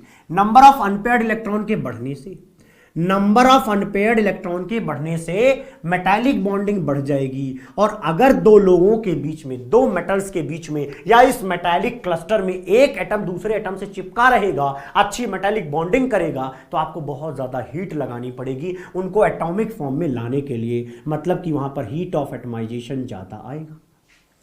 ज्यादा आएगा कि नहीं आएगा? नंबर ऑफ अनपेयर्ड इलेक्ट्रॉन के ज्यादा होने से मेटालिक बॉन्डिंग शानदार हो जाती है, इस वजह से हीट ऑफ एटमाइजेशन ज्यादा आता है। बोलो भैया बात सही है क्या? ऐसे ही हम रटा करते थे पहले जी। अच्छा जी, अब आगे आते हैं। बस मैंने इसीलिए जनरली लिखा था। आपको यह लग रहा होगा कि सर बोलने वाले हैं कि क्रोमियम का हीट ऑफ एटमाइजेशन सबसे ज्यादा होगा। आपको यह जरूर लगना चाहिए, ऐसा होना चाहिए था, बट नहीं मिलता, बट ये नहीं मिलता, ऐसा नहीं होता। मैं आपको क्लियर कर दूं, ऐसा नहीं होता। किसका ज्यादा होता है? वैनेडियम का ज्यादा होता है, वैनेडियम का ज्यादा, वैनेडियम का ज्यादा होता है। ठीक है जी। Vanadium has highest heat of atomization among 3D series। ठीक है जी। इसका कोई एक्सप्लेनेशन नहीं है, इसका कोई एक्सप्लेनेशन नहीं है, ये एक एक्सपेरिमेंटल फैक्ट है और मैंने इसीलिए यहां शब्द जनरली लिख रखा है। सुपर डुपर क्लियर लाइनें मैं बोल रहा हूं। ठीक है जी, आ जाइए। ये लाइन याद रखना, मैंने वैनेडियम बोला है। जब भी मैं हीट ऑफ एटमाइजेशन की बात करूं तो हाईएस्ट टॉप पर कौन बैठा हुआ है? याद रखना कि वैनेडियम है। वैनेडियम कहां पे है? वैनेडियम का सबसे ज्यादा हीट ऑफ एटमाइजेशन की वैल्यू आती है, सबसे ज्यादा। ये रट्टा मारना पड़ेगा, मैं स्वयं कह रहा हूं, रट्टा मारना पड़ेगा, है ना। वैसे डी एंड एफ ब्लॉक पूरा ही मारते, लेकिन कोई बात नहीं, सही जा रहे हैं हम लोग लग रहा है, क्योंकि आपको समझ आ रहा है। आपका कमेंट ये बता रहा है कि आपको मजा आ रहा है, आनंद आ रहा है। ठीक है जी। ओके नवनीत कौर जी, धन्यवाद। आगे बढ़ते हैं। Why do the transition elements have higher enthalpies of atomisation? Generally ये डी ब्लॉक के एलिमेंट्स का हीट ऑफ एंथैल्पी जो होता है, सॉरी हीट ऑफ एटमाइजेशन या एंथैल्पी ऑफ एटमाइजेशन जो है ज्यादा क्यों आता है? कोई पूछे तो क्या जवाब दोगे? तो कहना, ध्यान सुनना, तो कहना क्यों हीट ऑफ एटमाइजेशन ज्यादा तभी आ सकता है जब मेटालिक बॉन्डिंग ज्यादा हो, और मेटालिक बॉन्डिंग ज्यादा तभी आ सकता है जब नंबर ऑफ अनपेयर्ड इलेक्ट्रॉन ज्यादा हो। ये तो एक जनरल बात है, ये तो फैक्ट है।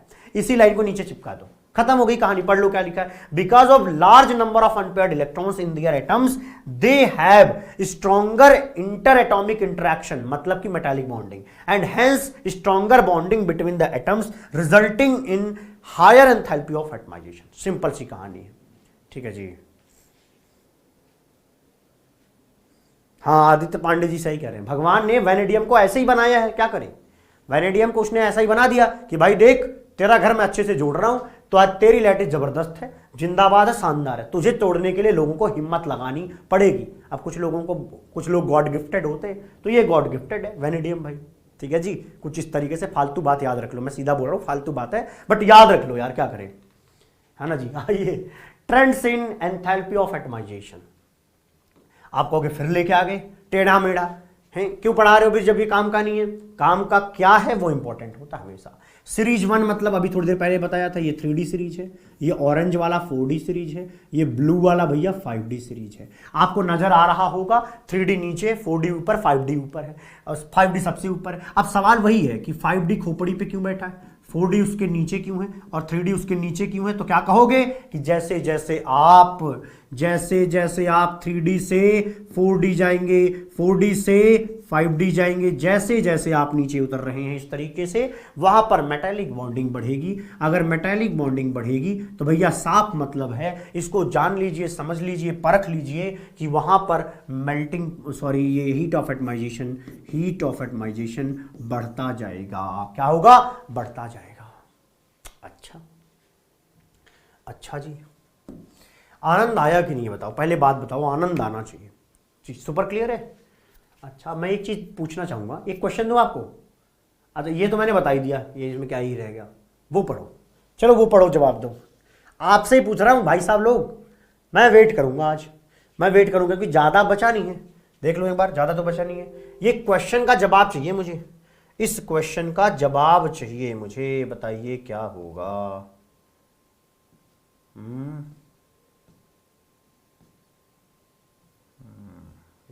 थोड़ा सा बचा है, ज़्यादा नहीं है। चलो बताओ, चलो बताओ भैया। इस क्वेश्चन का जवाब जब तक आप नहीं देंगे हम आगे नहीं बढ़ रहे हैं। ऐसा कोई नालायक ना हो जो सुपर नोट्स खोल के बैठा हो, सीधा वही लिख देगा, उसमें मैंने लिखा हुआ इस क्वेश्चन का जवाब प्यारे तरीके से। ठीक है जी।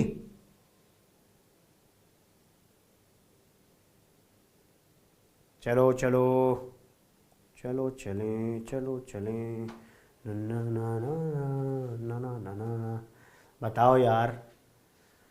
वेदांत अग्निहोत्री जी, अग्निहोत्री आजकल बहुत फेमस हो रहे हैं। Vivek Agnihotri, the Kashmir files, Vivek Agnihotri. ये वाले नाम ही भूल गया मैं, इस वाले का क्या नाम था हीरो का। फ्लेम लिख रहा है स्टेबल कॉन्फ़िगरेशन, इसके बाद हंस रहा है नालायक। अबे सही बताया तुमने। Partially and completely filled orbitals लो। फिर वही रियाजी मेल्टिंग पॉइंट बॉइलिंग पॉइंट पूछा ही नहीं है। यही है, मैं जानता हूं तुम लोग रट्टाधीश हो। तुम लोग क्या हो पता है, यहां लिख रहा हूं रट्टाधीश। इतना मेहनत कर करके समझाता हूं, समझते हो ही नहीं। ये तुम भैया रट्टाधीश हो मेरे रट्टाधीश भाई साहब लोग। रट्टाधीश मतलब जानते हो क्या होता है? रटने में माहिर, जो रटने का भगवान हो वो है होता है रट्टाधीश, है ना। देखो, लो एंथैल्पी ऑफ एटमाइजेशन। लो एंथैल्पी ऑफ एटमाइजेशन इसलिए है क्योंकि ये स्टेबल, ये भाई साहब स्टेबल और ये भाई साहब भी स्टेबल है। अगर दोनों स्टेबल हैं अपने आप में, तो एक मैग्नीज का एटम दूसरे के साथ बहुत कम, बहुत वीक मेटालिक बॉन्डिंग करेगा, बहुत वीक मेटालिक बॉन्डिंग करेगा।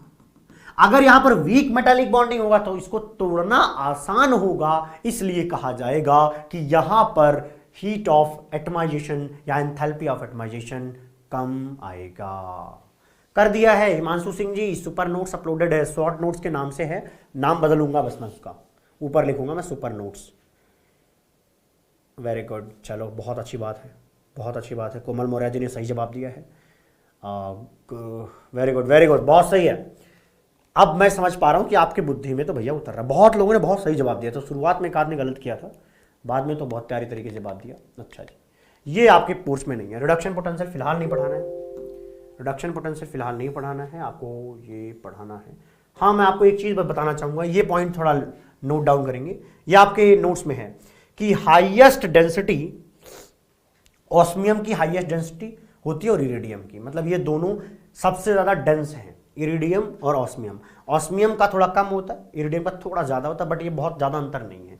तो ऑस्मियम और इरिडियम दोनों ध्यान रखना, क्योंकि कभी ऐसा हुआ है पेपर में कि उन्होंने इरिडियम दिया ही नहीं था, उस समय बच्चा कंफ्यूज हो जाता है। तो याद रखना ऑस्मियम और इरिडियम। हाँ, इरिडियम और ऑस्मियम दोनों दिया है तो इरिडियम आगे होगा ही होगा, है ना जी।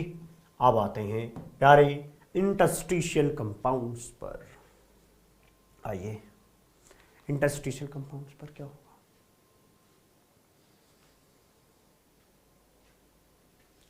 इंटरस्टिशियल कंपाउंड्स, नाम से कुछ मतलब समझ में आ रहा है? ऐसा शब्द कहीं सुना है तुमने? इन शब्द पर कभी विचार किया है, कभी सुना है, कभी देखा है, कभी जाना है क्या है? इंटरस्टिशियल शब्द बताऊं कब आता है? जब आप पढ़ते हो सॉलिड स्टेट। तो सॉलिड स्टेट में डिफेक्ट आता है। वैसे डिफेक्ट तो आपकी बात टर्म 1 के कोर्स में ही नहीं था, कोई बात नहीं।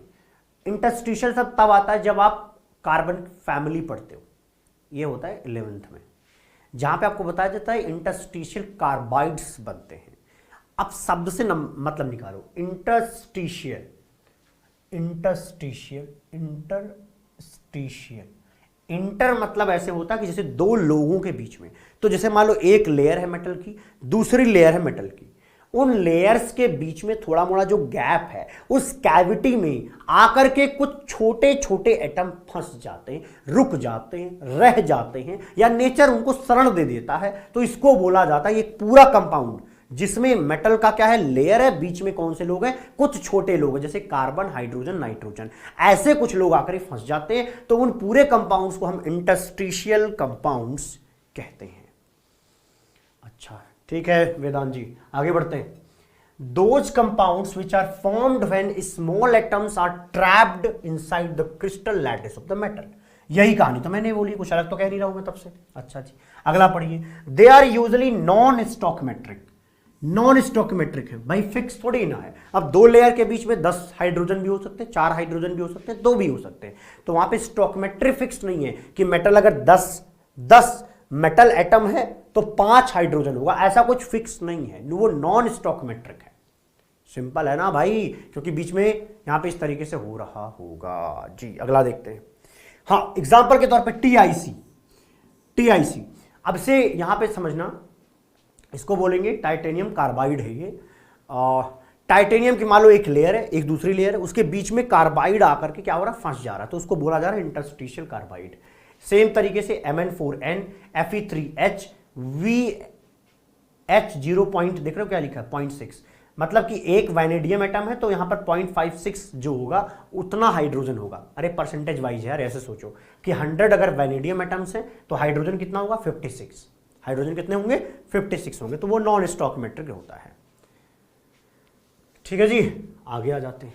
टीआई हाइड्रोजन 1.7, चलिए जी आगे आ जाते हैं। अच्छा हाँ, एक चीज और बतानी थी, ये यहां लिखा है कि यार देखो, जब आप ये लोगे कार्बन हाइड्रोजन, ये सब लोग ना जनरली ज्यादातर कोवेलेंट नेचर रखते हैं, ये ज्यादातर कोवेलेंट नेचर रखते हैं, और आपने इनको कहा फंसा दिया मेटल के बीच में, तो भैया मेटल और वो कोवेलेंट दोनों का नेचर रखेंगे एक तरीके से, तो वो आयनिक और कोवेलेंट दोनों नेचर रखते हैं।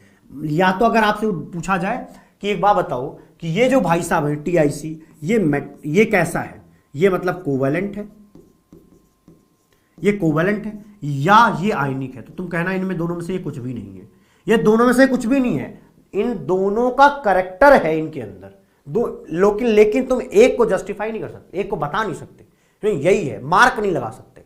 ठीक है जी, सुपर डुपर क्लियर होनी चाहिए।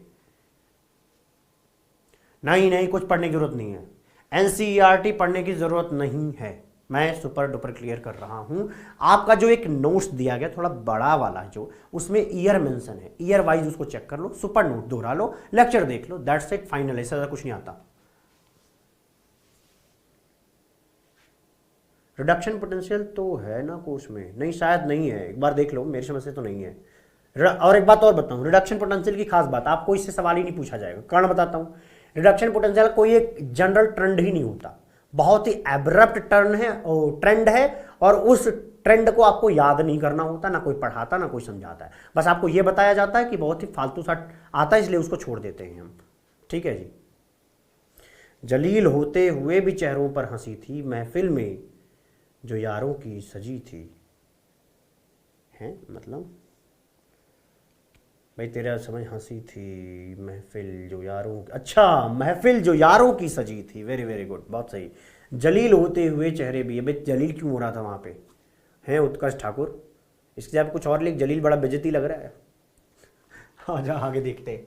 इंटरस्टिशियल के लिए ये खतरनाक बात है, शानदार, ये इनसे सवाल पूछे जाएंगे। ये क्या भैया, ये कुछ नेचर बताएंगे। The principal physical and chemical characteristic of these compounds are as follows.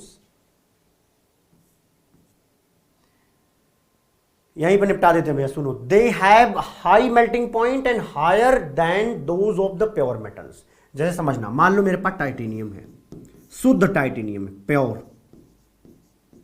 अब क्या हुआ, उसके अंदर फंस गया कार्बन, तो ये हो गया टीआईसी। अब ये तो मेटल है, लेकिन ये क्या है, ये इंटरस्टिशियल कंपाउंड है, ये इंटरस्टिशियल कंपाउंड है। तो कहा क्या जा रहा है कि जो आपका ये इंटरस्टिशियल कंपाउंड होते हैं उनका मेल्टिंग पॉइंट ज्यादा होता है। हो भी क्यों ना यार, कोई गैप ही नहीं बचा है भाई। टाइटेनियम का एक लेयर थी, बीच में भी एक लेयर है, उसके बीच में कार्बन आ करके जुड़ गया, जो खाली जगह थी वो जगह भी उसने घेर ली, डेंसिटी को बढ़ा दी, तो मेल्ट करना कठिन हो जाएगा। Super duper clear. इसी वजह से मेल्टिंग पॉइंट ज्यादा आता है इंटरस्टिशियल कंपाउंड का with respect to pure metal की, with respect to pure metal की। अच्छा, they are very hard. Obviously यार, हार्ड तो ये उनका होना तय बनता है, क्योंकि लेयर्स के बीच में गैप नहीं है, गैप में तो कार्बन आ चुके हैं। They are very hard. Some borides approach diamond in hardness. मतलब जानते हो, ये जो लोग हैं ना, ये इंटरस्टिशियल कंपाउंड्स, वो अप्रोक्सीमेट जो हार्डनेस है उसमें वो अप्रोक्सीमेट कहां पहुंच जाते हैं, डायमंड के लेवल तक।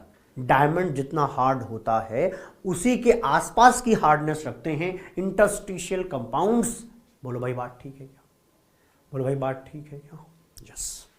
अगला देखो, दे रिटेन मेटालिक कंडक्टिविटी। ये कह रहे हैं कि ये भाई साहब जो लोग हैं टीआईसी, इंटरस्टिशियल कंपाउंड्स के अंदर अभी भी मेटालिक कंडक्टिविटी होगी।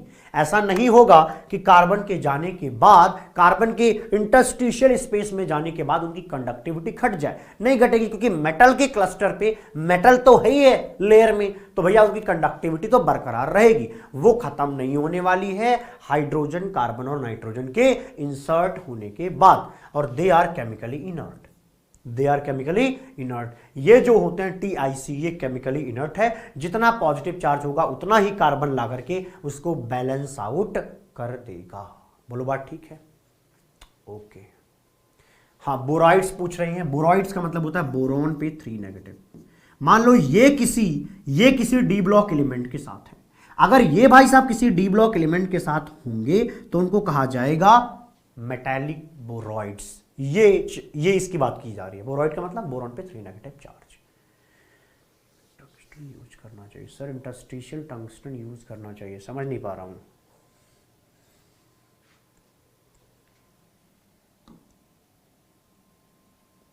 चलो भाई आगे आ जाते हैं। कैटालिटिक एक्टिविटी, ये सुनना। अक्सर आपने देखा होगा, जो भी आपने अभी तक पी ब्लॉक में पढ़ा, एस ब्लॉक में पढ़ा, वहां पर आप देखते होंगे कि जो हमारे डी ब्लॉक के एलिमेंट्स हैं उनके ऑक्साइड्स या खुद उनका मेटालिक फॉर्म, ये एज अ कैटलिस्ट ज्यादातर यूज किया जा सकता है। जैसे निकल, palladium, platinum, copper with 300 degree Celsius, ये कहां पे पढ़ते हैं? ऑर्गेनिक केमिस्ट्री में पढ़ते हैं, इतनी चीज। इसी तरीके से बहुत सारी चीजें, जैसे V2O5 वैनेडियम पेंटाऑक्साइड। ये जो हमारा वैनेडियम पेंटाऑक्साइड, ये कहां यूज होता है? कॉन्टैक्ट प्रोसेस में यूज होता है। हैबर प्रोसेस में आयरन यूज होता है एज ए प्रमोटर। ये सब पढ़ा हुआ है, बस उन्हीं पर थोड़ा चर्चा कर दूंगा। Factors responsible for catalytic activity of transition metals. सवाल ये पूछा जाता है कि भाई आखिरकार ये क्यों ये एज अ कैटलिस्ट यूज किए जाते हैं, क्यों किए जाते हैं, इसका क्या रीजन है? तो पहला रीजन सुनिए, लार्ज सरफेस एरिया। इनका सरफेस एरिया क्या होता है? लार्ज होता है। क्या होता है? साइज इनकी थोड़ी बड़ी है, साइज बड़ी है तो बड़े बड़े बहुत सारे एटम्स होंगे एक साथ, तो भैया इनका सरफेस एरिया क्या होगा? बड़ा आएगा। और बड़े सरफेस एरिया पे एडजॉर्प्शन एब्जॉर्प्शन हर कुछ हो सकता है। एडजॉर्प्शन का प्रोसेस तो आराम से हो सकता है, और एडजॉर्प्शन के प्रोसेस के थ्रू ही ये क्या करते हैं? अपनी एक्टिविटी शो करते हैं। इसी वजह से सरफेस एरिया यहां पे इंफ्लुएंस कर रहा होता है। चलिए जी नेक्स्ट देख लेते हैं।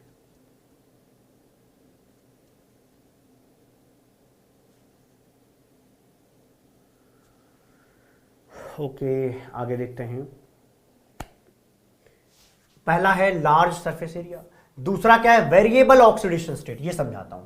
Variable oxidation state, variable oxidation state एक बून है, एक वरदान है। किसके लिए? डी ब्लॉक एलिमेंट्स के लिए, बल्कि हमारे लिए। ठीक है, ऐसी बात समझो। अब मान लो कोई एक मेटल है, वो +2 में, पहले किसी रिएक्शन में मान लो मेटल 2+ इन्वॉल्व होता है, होने के बाद वो खुद को क्या करेगा? मान लो कि मेटल 3+ में इन्वॉल्व करके बनाया, उसने रिएक्शन में इन्वॉल्व किया, खुद को उसने ऑक्सीडाइज करा दिया, तो सामने वाले को उसने रिड्यूस करा दिया। बाद में हम क्या करते हैं? इसको फिर से बैक लेके आ जाते हैं, क्योंकि कैटलिस्ट का काम क्या है? कि अपने ओरिजिनल फॉर्म में आ जाना। जिस फॉर्म में तुम इंटर हुए थे उसी फॉर्म में तुम निकल के बाहर आओ। तो लेकिन प्रोसेस में इसने ऑक्सीडेशन रिडक्शन दोनों काम करवा दिए। कैसे करवाए? ये क्यों करवाए? क्योंकि वो क्या कर रखता था? 2 ऑक्सीडेशन स्टेट रखता था। दो डिफरेंट ऑक्सीडेशन स्टेट रखने की वजह से वहां पर ऐसा कार्यक्रम हुआ कि उसका एक आयन दूसरे आयन में कन्वर्ट हुआ, बाद में ये आयन इस आयन में कन्वर्ट हुआ। तो ये मल्टीपल ऑक्सीडेशन स्टेट रखने की वजह से, वेरिएबल ऑक्सीडेशन स्टेट रखने की वजह से एक अच्छी कैटलिस्ट की तरह ये एक्ट कर सकते हैं। शायद समझ में आया हो। एबिलिटी टू फॉर्म कॉम्प्लेक्सेस, पूरा कोऑर्डिनेशन कंपाउंड इन्हीं से भरा है। पूरा coordination compound D block element से भरा है। इनके पास वो कैरेक्टर है, ये कॉम्प्लेक्स बनाते हैं। तो जब वो रिएक्शन में किसी में जाएंगे ना, तो पहले कॉम्प्लेक्स बनाएंगे, और जब निकलेंगे तो फिर से वो अपने मेटालिक खूबसूरती के साथ बाहर आ जाएंगे। बात समझ रहे हो ना तुम जी? आगे बढ़ जाते हैं। Presence of empty D orbitals. शुरुआत में कभी कभी ऐसा होगा कि डी ऑर्बिटल होने की वजह से ही, ऐसे बताता हूं, जैसे मान लीजिए कोई ऐसा होगा जो इलेक्ट्रॉन डोनेट कर रहा होगा, तो वो इलेक्ट्रॉन डोनेट कर तो रहा है, लेकिन हमारे पास जो कैटलिस्ट है, अगर उसके पास खाली जगह नहीं है तो वो उससे इंटरेक्ट ही नहीं कर पाएगा। तो इंटरेक्ट करने के लिए उसको इलेक्ट्रॉन लेना पड़ेगा। लेगा तो रखेगा किधर? रखेगा अपने डी ऑर्बिटल में। यहां तो खाली होता है, तो ये उसको फायदा मिल जाता है। एक्चुअली क्या होता है, जो कैटालिसिस है वो कई तरीके से होती है, तो डिफरेंट तरीके से होने के बावजूद ये डिफरेंट रीजन की वजह से वो एक्ट कर पाते हैं एक अच्छे कैटलिस्ट की तरह। शायद आपको समझ में आया हो। ठीक है जी, आनंद आ गया होगा। सर आपके एक पूछा, सर ये आपके सर पे चोट कैसे लगी हुई है? हाँ, तुम्हारे ऊपर नहीं हंस रहा हूँ मैं, अपने इंसिडेंट याद करके हंस रहा हूँ। ठीक है जी, जब भी हम आपकी उम्र में थे तो हम थोड़े शरारती स्वभाव के थे। ठीक है जी, थोड़ा दूसरों का सर फोड़ना, अपना सर फोड़वा लेना, ये सब लगातार चलता रहता था। नालायकियत हमें किसी का बर्दाश्त नहीं होता था। चलिए आगे बढ़ जाते हैं, नहीं तो ज़्यादा चर्चा इसी पर हो जाएगी। अब आइए टाइटेनियम पर। टाइटेनियम के सामने मैंने एक कैटलिस्ट लिखा है, ये आपसे पूछा जा सकता है, सुन लीजिए। Titanium as a catalyst use किया जाता है जब आप, लिख ही देता हूँ आपके सामने, ये लिखा है preparation of polythene from ethene. आपने पढ़ा होगा ये कहानी, ये कहीं ना कहीं तो आपने पढ़ी ही होगी कि आपका जो इथीन है उससे हम पॉलीथीन बनाते हैं, वो पॉलीथीन जिसमें सब्जी लेके आते हो तुम। ठीक है जी, वो बन जाता है यहाँ पे। कैसे बनाते हैं, कौन यूज होता है एज अ कैटलिस्ट? टाइटेनियम। कैसे यूज होता है? TiCl4 विथ, देख लो क्या लिखा है, ET thrice aluminium. ET thrice aluminium plus TiCl4, जिसको बोलते हैं जिगलर नट्टा कैटलिस्ट। क्या बोलते हैं? Ziegler Natta catalyst. देख रहे हो, अजीब सा नाम है यार। वेनेडियम का क्या है? V2O5। V2O5 में आपको मैंने बताया कॉन्टैक्ट प्रोसेस में यूज किया जाता है। जब आप, ये आपने पढ़ा होगा कि जब आपको SO3 दिया गया था, सॉरी SO2 दिया गया था, SO2 दिया गया था और बोला गया था भैया इसको कन्वर्ट करके SO3 में लेके आइए, तब आपने वहां पे यूज किया था V2O5 विथ सम एयर। ये काम आपने करा हुआ है। ठीक है जी, ये कॉन्टैक्ट प्रोसेस में हम कार्यक्रम कर रहे होते हैं। ओम सर ही असली योद्धा है। हाँ, सर फूटा इसलिए। अच्छा, अगला देखो, क्रोमियम हम कैसे यूज करते हैं? क्रोमियम यूज करते हैं एरोमेटाइजेशन में, एरोमेटिक कंपाउंड्स बनाने में। MnO2 हम कैसे यूज करते हैं? ये पढ़ा है आपने, यहाँ पे अभी आ जाएगा, ये आपने पढ़ा हुआ है, ये P ब्लॉक में आप पढ़ते हो कि ये क्या करता है, यहाँ से ऑक्सीजन प्रोड्यूस करता है। ये ऑक्सीजन प्रोड्यूस करने के काम आता है, देख लो, ये ऑक्सीजन प्रोड्यूस करने के काम आता है। KCl निकल जाता है और O2 अलग हो जाता है, MnO2 इस काम में आता है। हाँ, ये लिखा तो है, used as a catalyst in producing oxygen. ठीक है जी। आयरन के बारे में तो बहुत ज़्यादा यूज है। ये देखो, यूज किया जाता है फ्रीडल क्राफ्ट एल्काइलेशन या फ्रीडल क्राफ्ट एसाइलेशन। ठीक है, क्राफ्ट एल्काइलेशन या एसाइलेशन में यूज किया जाता है FeCl3। और आयरन ट्यूब विद हीट याद हो तो बेंजीन बनता है एसिटाइलिन से। एसिटाइलिन लेते हैं हम 3 टाइम और यहाँ पे बना देते हैं बेंजीन। ये सब ऑर्गेनिक केमिस्ट्री का पार्ट है, बस एक बार आपके सामने मैं प्रस्तुत कर दे रहा हूँ, देख लें। Okay Ayushi, okay. ये देखो, जो आपका आयरन है वो हैबर्स प्रोसेस में यूज किया जाता है। H2 with 3H2, N2 with 3H2 क्या बन जाता है? NH3 बन जाता है। 2 टाइम NH3 बन जाता है। ये काम होता है। निकेल, पैलेडियम, प्लैटिनम, इनको तो भैया जानते ही हो। NiH2, PtH2, PD/H2, ये एल्केन बनाने के काम आते हैं। कहाँ से? एल्कीन से स्लैश एल्काइन से हम क्या बनाते हैं? एल्केन बनाते हैं। क्या आप मेरी बात का समर्थन करेंगे? स्कूल में कैसे पढ़ाएगा भाई, टीचर को भी तो आए पहले, उस पे समझ में तो आए DNA ब्लॉक होता क्या है ना। पीरियोडिक टेबल याद कराने को DNA ब्लॉक नहीं कहते। स्कूल वाले हमारे भी थे, कुछ हमारे साथ कर्मकांड करिए हैं उन्होंने, वक्त बर्बाद किया हमें रटवा रटवा के। The photographic industry relies on the special, हाँ ये सब पढ़ लेना। AGBR क्या होता है? वो होता है लाइट सेंसिटिव। ठीक है उसको, इस प्रॉपर्टी को यूज किया जाता है फोटोग्राफिक इंडस्ट्री में। तो ये एक बार आप कृपया देख लें। मेरी समझ से ये सब खत्म हुआ हमारा। ये D&F ब्लॉक का जो सफ़र था, D&F ब्लॉक का ये सफ़र यहाँ पे हम समाप्त करेंगे। आज के लिए सिर्फ इतना ही, मिलते हैं हम आपको आगे। ठीक है जी, धन्यवाद, शुक्रिया। आपको यहाँ तक का नोट्स मिल जाएगा। ठीक है जी, बाय बाय, टेक केयर। बताइए क्या हालचाल। अब थोड़ी बातचीत कर लिया जाए क्योंकि बहुत हो गया, अब इतना ही पढ़ाना था, इतना ही बड़ा चैप्टर था ये। है ना, अच्छा ही है यार, छोटा ही रहे, क्या दिक्कत है, क्यों दर्द लेना हमें ज़्यादा, जितना है उतना है। ठीक है जी, शुरू करें आगे कुछ।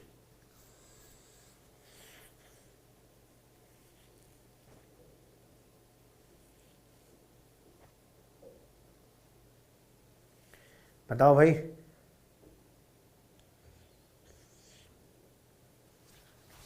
ये हाव नहीं होता जी खुशबू जी, बस होता है वाली कहानी है। अभी तक ये लोग समझ ही नहीं पाए, लगता है कि ये चैप्टर खतरनाक ही इसीलिए है और कोई वजह नहीं है इसके पीछे।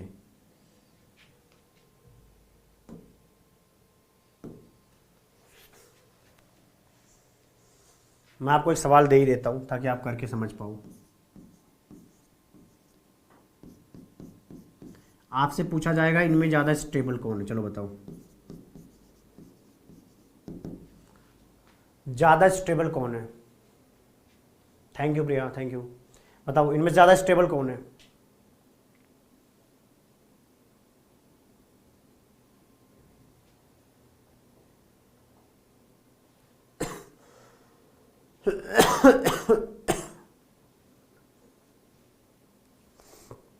बोलो भाई, ज़्यादा स्टेबल कौन है? तो आपको क्या बताया गया था, जो लोग नीचे हैं भाई, ये रहे VO3, vanadium trioxide, sorry vanadium नहीं है, टंगस्टन, टंगस्टन ट्राईऑक्साइड ज़्यादा स्टेबल है। आपको बताया गया था कि जब ये हाईएस्ट ऑक्सीडेशन स्टेट पे पहुंच जाए, जैसे क्रोमियम +6 में हाईएस्ट होता है, ठीक है, वैनेडियम +6 हाईएस्ट होता है, तो जब आप +6 की तरफ जाएं तो जो हैवियर एलिमेंट्स होते हैं वो ज़्यादा स्टेबल होते हैं। इस लाइन को यहाँ से शायद समझाया गया है। ये प्रीवियस ईयर क्वेश्चन थी भाई, ये प्रीवियस ईयर क्वेश्चन करा दिया मैंने आपको, ठीक है। बाकी जो लाइनें जो क्वेश्चन के माध्यम से मैंने नहीं कराया कि ZN और MN में ज़्यादा किसका होगा, कम किसका होगा, ये सारे क्वेश्चंस आपके प्रीवियस ईयर क्वेश्चंस हैं, ठीक है जी। Very good very good, Lakshmi Ayushi, very good, बहुत सही जवाब दिया आप लोगों ने। नहीं फ्लेम साहब आपने गलत कर दिया, फ्लेम साहब आपने गलत कर दिया है, ठीक है जी। हम नोट्स देख रहा हूँ मैं आपके, सुपर नोट्स में देखता हूँ कुछ बचा तो नहीं है।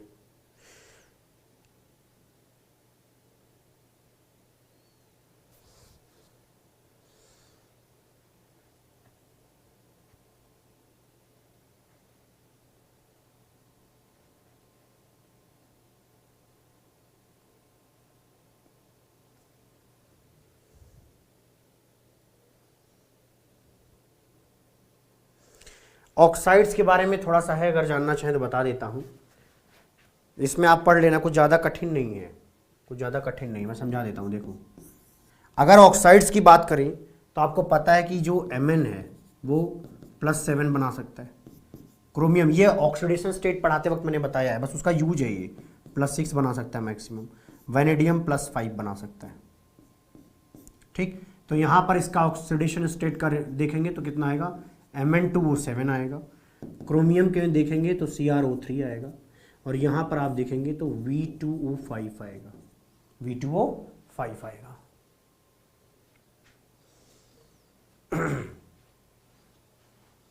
ये बातें हमने पढ़ी हुई हैं, ये ऑक्सीडेशन स्टेट हमने पढ़े थे जब वो बॉक्स पढ़ा रहा था मैं, उनके ऑक्साइड्स मैंने यहाँ पर लिख दिए, बस ऑक्सीजन के साथ लिख दिए। आप ऑक्सीडेशन स्टेट निकालोगे आपको यही मिलेगा, ठीक है जी। इससे ज़्यादा कुछ पढ़ना नहीं है आपको, ठीक। और जो 3D मेटल्स हैं, जितने भी 3D मेटल्स हैं, जितने भी, वो सब के सब क्या करते हैं, मेटल का ऑक्साइड इस तरीके का बनाते हैं, बट सिर्फ स्कैंडियम ऐसा है जो सिर्फ +3 ऑक्सीडेशन स्टेट में बनाता है, बाकी सारे के सारे लोग +2 ऑक्सीडेशन स्टेट में बनाते हैं। ये सबसे लास्ट में ये चीज़ आपको मिल जाएगी, ठीक है जी।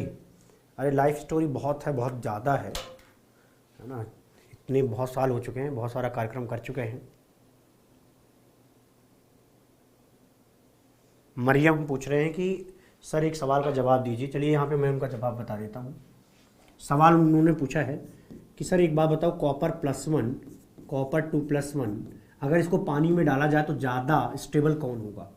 एक्वस कंडीशन में डाला जाए, एक्वस कंडीशन में रखा जाए तो ज़्यादा स्टेबल कौन होगा और क्यों होगा? इसका जवाब मैं बता देता हूँ, यहाँ सुन लीजिए, सुन लीजिएगा मेरे भाई लोग, सब के सब लोग सुनो, कि आप खुद बताइए। यहाँ पे कॉपर+1 है, कॉपर+1 को पानी में डालोगे तो किनारे किनारे कौन आएंगे? वाटर आएंगे। वाटर का ऑक्सीजन वाला पार्ट कहाँ आएगा? उस कॉपर की तरफ। क्यों आएगा? क्योंकि ऑक्सीजन पे क्या है? Lone pair. लोन पेयर का मतलब इलेक्ट्रॉन की डेंसिटी, वो इलेक्ट्रॉन की डेंसिटी क्या होगी, इस कॉपर +1 के साथ इंटरैक्ट करेगी इस तरीके से। लेकिन यहाँ कॉपर 2+ तो छोटा है और बहुत ज़्यादा चार्ज रख रहा है भाई, 2+ चार्ज है, साइज में छोटा है, चार्ज ज़्यादा है, तो वो ज़्यादा अच्छे तरीके से बहुत सारे वाटर मॉलिक्यूल्स को अपने किनारे किनारे इकट्ठा करेगा। इस वजह से ये चीज़ जो होगी वो स्टेबल होगी विद रिस्पेक्ट टू कॉपर +1।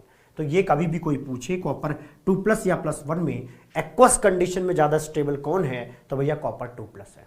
और जो मैंने आपको पढ़ाया है आयरन 2+, आयरन 3+, ये सब मैंने आपको पढ़ाया था कौन से गैसियस स्टेट में, लेकिन पानी के अंदर ये 2+ वाला ज़्यादा स्टेबल होगा। वेरी गुड, यशिका ने सही जवाब दिया है, पूजा जी सबने पहले से जवाब दे दिया है, मैंने तो बहुत बाद में बताया है। हाँ आयुषी जी, हाँ यस, हट गया है स्टैंडर्ड इलेक्ट्रॉन पोटेंशियल, उन्होंने रिमूव कर दिया, मैंने इसीलिए नहीं पढ़ाया है।